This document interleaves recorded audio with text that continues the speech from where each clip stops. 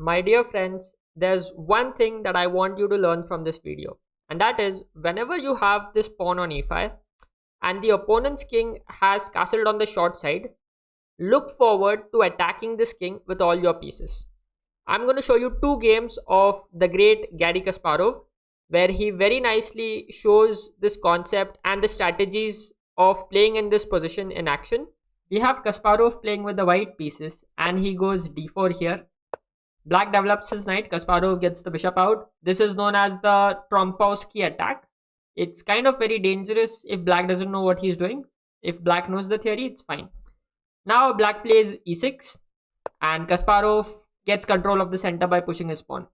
Black develops his bishop, unpins the knight. Kasparov continues developing with bringing his knight towards the center. We have b6. Black is deciding to fianchetto his bishop on this long diagonal. In the meanwhile, Kasparov develops his other knight as well. The bishop comes to look at this e4 pawn.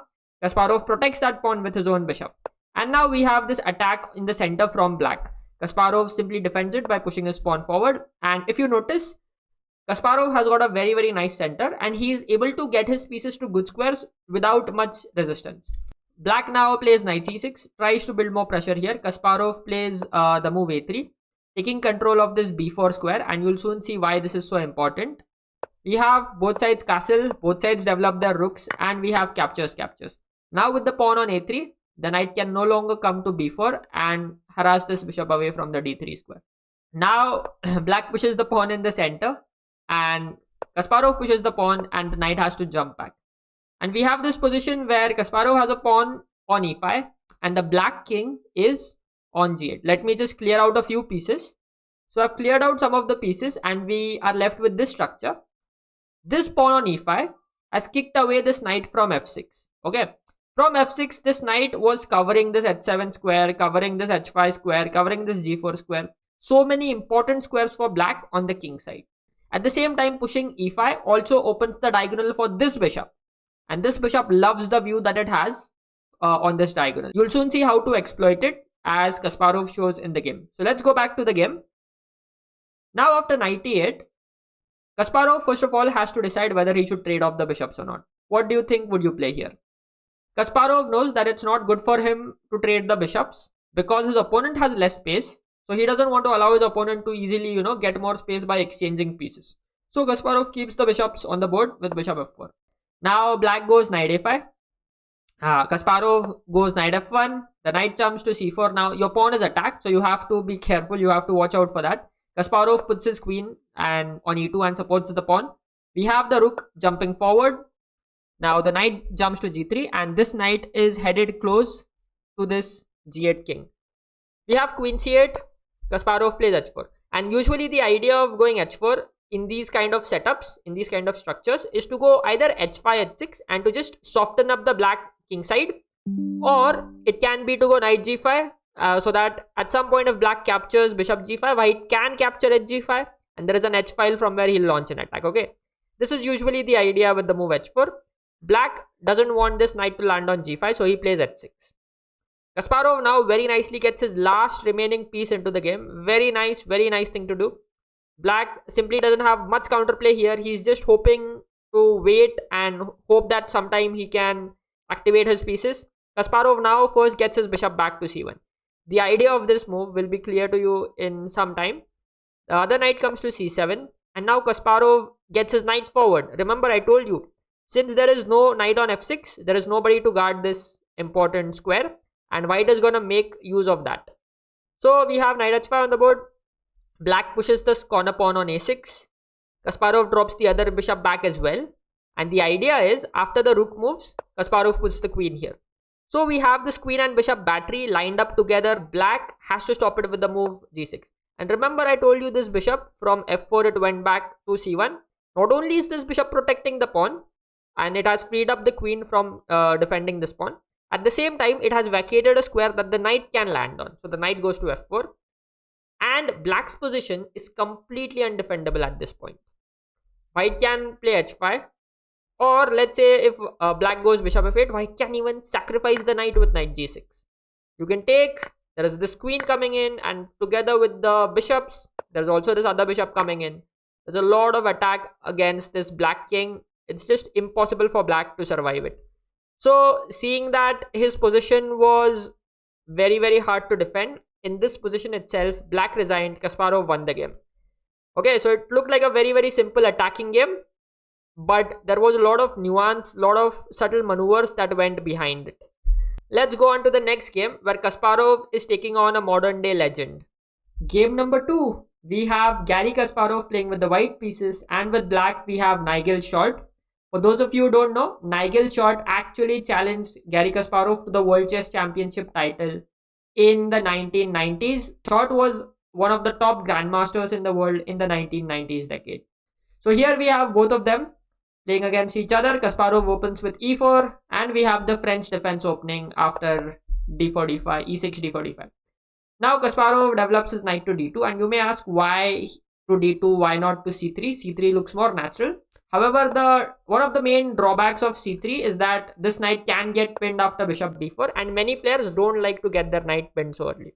This is not a bad opening, this is the main line, but many players don't like to get their knight pinned. So often they will go knight d2, so that if the bishop comes here, it can be simply blocked with this c3 move. Okay, and this is known as the Tarrasch variation of the French. But the drawback of putting the knight here is that now there is nobody to guard this pawn. So black strikes in the center with c5, attacks the pawn. Kasparov develops his knight and protects that pawn. Now we have the other knight coming out, putting more pressure on this pawn, forcing Kasparov to push his pawn to e5. The knight jumps to d7, and already we get this structure where our pawn is on e5. And if the black king castles here, we are gonna launch our attack against the king. So Kasparov first plays c3, solidifies this pawn chain in the center. Black pushes the pawn to b6, and in this particular opening, in the French opening, you have to understand one thing, that is, this bishop is the bad bishop for black. Black wants to trade this bishop for this white bishop, because this bishop cannot go out, it's hedged in by its own pawns. Okay, there are these two pawns here which kind of limit this bishop inside the black camp. So black would love if he could trade off both these bishops. Okay, that's the dream scenario for black. And white meanwhile doesn't want to allow that. We'll see what happens in the game. Kasparov develops his bishop to b5, black develops his other bishop, and we have castle, and we have castle too. So we have a pawn on e5, the king is here, you know what to do, we have to go and attack this king. Kasparov meanwhile first continues to develop his pieces. You know, when I say you have to attack, doesn't mean that you just go all out right when you see the kings have castled. Make sure you get all your pieces in the game, then go for the attack. Kasparov develops his rook, black plays a5, Kasparov gets his knight to f1, black plays bishop a6, and black is very happy to get rid of both these bishops. Okay, Kasparov defends that bishop, we have takes, black is very happy, and now you may wonder, we don't have this bishop to attack this black king. So now how do we develop our attack? Don't worry, it's still possible to create an attack against this black king even when we don't have our bishop, and this game that I chose is specifically for that reason. So let's see how Kasparov builds his attack despite not having the light squared bishop. First, he gets the knight out to g3, the other knight drops to f8, and now this knight is very nicely protecting this pawn. Now the knight comes forward to h5. Yeah, black is missing this knight here thanks to this e5 pawn. The other knight comes into the game, Kasparov plays g3. And the idea of this move is white wants to push h4, but if he pushes h4 directly, it's going to be a free pawn because there is a queen and there is a bishop attacking the pawn. So that's why Kasparov plays g3, so that if the knight comes here, now he can push his other pawn to h4. The other knight jumps to f8, and it may look like this black king is very solidly defended by these two knights. So how does white break through? This is where we get to see some Kasparov magic. Be prepared for it. King g2, the queen comes to d7, and now is the time where we get to see Kasparov magic. Can you find what white plays? Can you find what Kasparov played here? In this position, Kasparov plays the move bishop h6. He sacrifices the bishop. There are two pieces attacking this g7 pawn. Black cannot save this pawn with his bishop. Black is forced to capture this bishop with g into h6. And now Kasparov simply gets his queen forward, and he's saying to black, my queen is going to come here, and from here, supported by my knight, my queen is going to land here. It's going to be a checkmate for you. How do you defend against it? Do you have a defense against it? And this is what makes Kasparov's play so nice, you know. There will be sacrifices, there will be attacks coming out of nowhere. Beautiful stuff. We have queen d2 now attacking the pawn. Black pushes the pawn to f5. Black is like, okay, I will make sure to defend this rank with my queen. f5. Now we have ef6. Okay, en passant, once again, our pawn on e5 came in handy. The bishop drops back, and now Kasparov's queen comes to h6. For the moment, however, there is this queen that is defending the 7th rank. So there is no immediate threat of checkmate here. Now Kasparov decides, after rook a7, to get his knight in the game. And there is a threat to push this pawn. And then on the next move, the queen will land on g7. Black captures queen into b5. There comes f7 check anyway. Now at least there is this rook to capture the pawn. But anyway, the knight captures the rook. And there is nobody to guard this mate on g7. You can capture the knight, but on the next move, there is going to be this queen g7 checkmate. So because of that, after the move knight f7, Black resigned, Kasparov won the game. I hope you liked watching these games. If you did, do consider liking the video and do consider subscribing to my channel if you enjoy watching classics. And if you want to see more of Garry Kasparov magic, go check this video out on my screen. I'll see you there. Bye bye.